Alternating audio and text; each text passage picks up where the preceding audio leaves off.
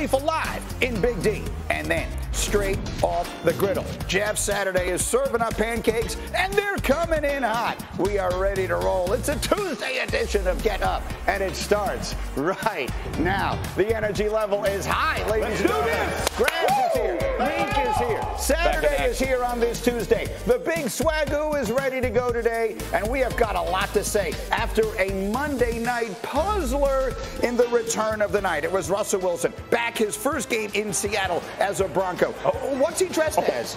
I think he looks like a trout going to prom. Senior prom. Senior prom. Oh, the fans are ready for him.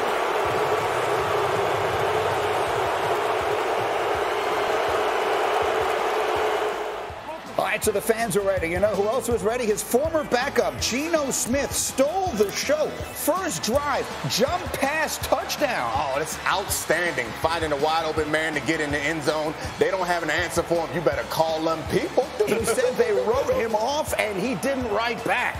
Drake. Oh, that's Drake. Okay, second quarter. Russell Wilson. Jeff, he finally gets it going with Jerry Jeudy. Yeah, listen, we're midway, almost to the end of the second quarter. He finds his receiver for the first time. Look what Jeudy does. Takes that thing, rips it away from the DB. Man, went strong enough and takes it to the house. We're tied at 10, but I tell you what, Geno Smith had himself a half. Oh, this man loves tight ends. Hit him again. He had a message to prove that he's been overlooked. Not going to do it anymore. He was 17 of 18 for 164 and 2 scores in the first half. Seattle up 17-13. Then third quarter, it gets puzzling. Fourth and goal inside the one. Do we like the decision, Jeff? I love the decision, but you got to finish it. You can't drop the ball. You got to get in there and score. Listen, I love it. It's 4th and 1. You got to go get that yard. Oh, it's close. Secure the ball.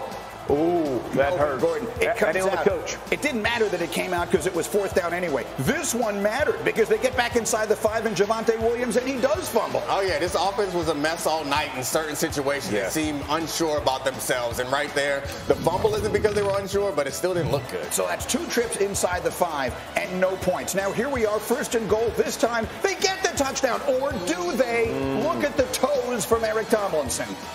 Great concentration to catch that, but get that toe back.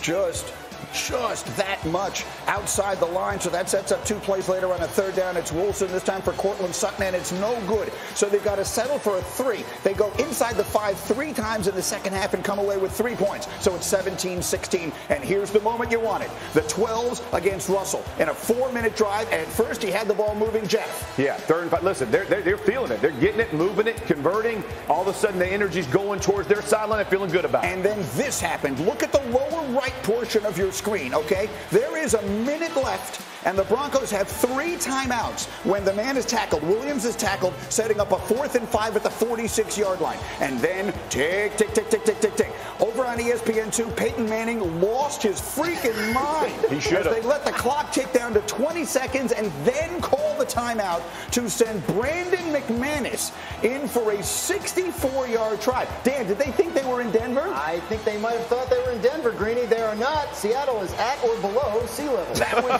But look how close it is. Oh, Nathaniel Hackett, the pain. Pete Carroll, the exultation. Take a look at how close it is. Game of inches, and just like that, Russell falls. Hey, Coach, what the actual heck? Yeah, 4th and 6 for me during that time. We had been just moving it slightly. They weren't moving it with big chunks. I think we had just given up a sack right before that. So wanted to be sure that we took a chance when we had a chance. And I felt confident in him.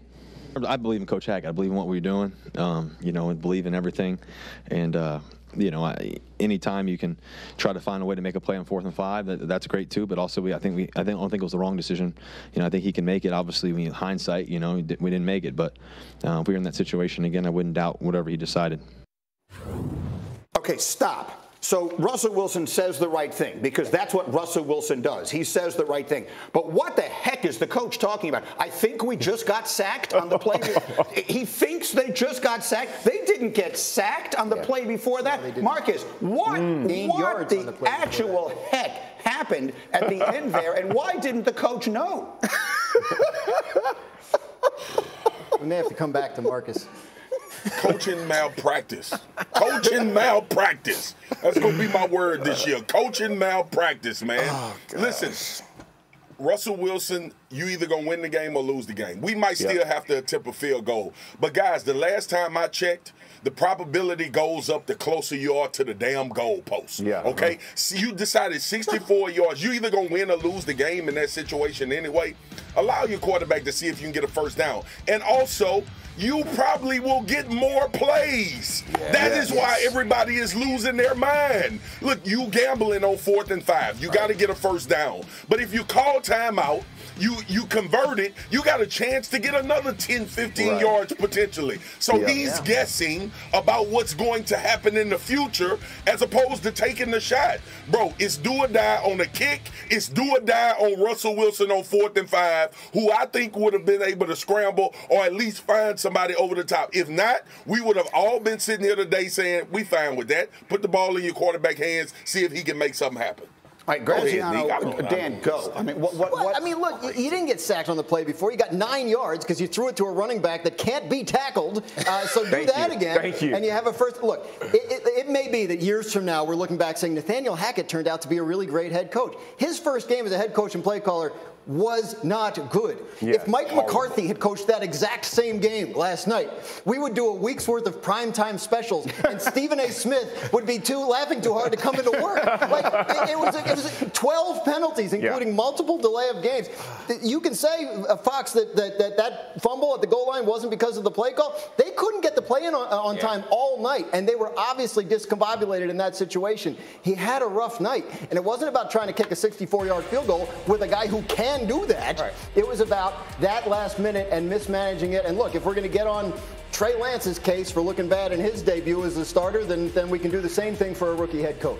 Champ Saturday. Yeah, it was, listen, Nathaniel Hackett, he brought some of the good from Colorado, right? Y'all know what I mean? That man's hot. Already week 1. We've already got one. You brought a guy and you paid $250 million with a B, y'all. B, not M's, B, $250 million to be the guy. He's like one of the most proficient fourth quarter quarterbacks in NFL history. This dude has won Super Bowl. Like, you get him for this reason, right?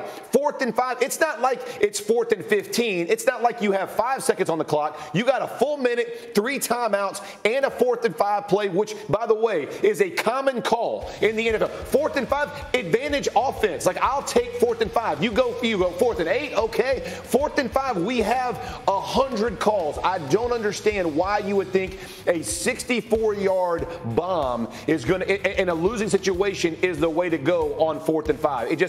It sends the locker room. It's deflating to the locker room. When you bring guys in for this specific reason and you don't use them, it deflates the locker room. Yeah, I think the deflating locker room point is good because hopefully he can learn from this. But when you play football like the players do and you're going up against someone who is big and strong and is trained, you cannot do the right thing all the time. But when you're going against a decision, like you're competing against a clock, we cannot have those mistakes. Like you are making it harder for us to win when ain't nobody trying to tackle you. Like Bradley Chubb is not coming off the edge to get you. Chill out. Take a deep breath. Call a timeout. Make the right call. Don't make our lives more difficult than it has to be. Let's put this to the Brian Daboll call on the 2-point conversion. Okay, he makes a call. It's not a great call, y'all. It's a great call because Tennessee played it perfectly. But guess what? The player they drafted in that spot made a play to make the coaching look good. Same thing is what you depend on as a coach. Sometimes you got to play better than your coach. I believe Russell Wilson would have done that. And let's just say this. It's not even just, Marcus, I'm coming to you in a second. It's not even that you disagree with the decision. It's the complete lack of decisiveness with which it was handled. It's almost as though this came as a complete surprise to him that he was going to have to make this decision. Maybe kicking the 64-yard field goal in that situation is the right thing to do. No. It probably isn't. But my point is, if that's what you decide you want to do, then do it quickly and decisively so the game isn't over. You to let 40 seconds tick off and then call a timeout is coaching malpractice. Right. Even if you kick the field goal with a minute left and you don't get it, you still have timeouts. You might get the ball back and take another shot. Marcus, go. Bro, I just don't understand what the hell these coaches be doing. This the NFL, bro. You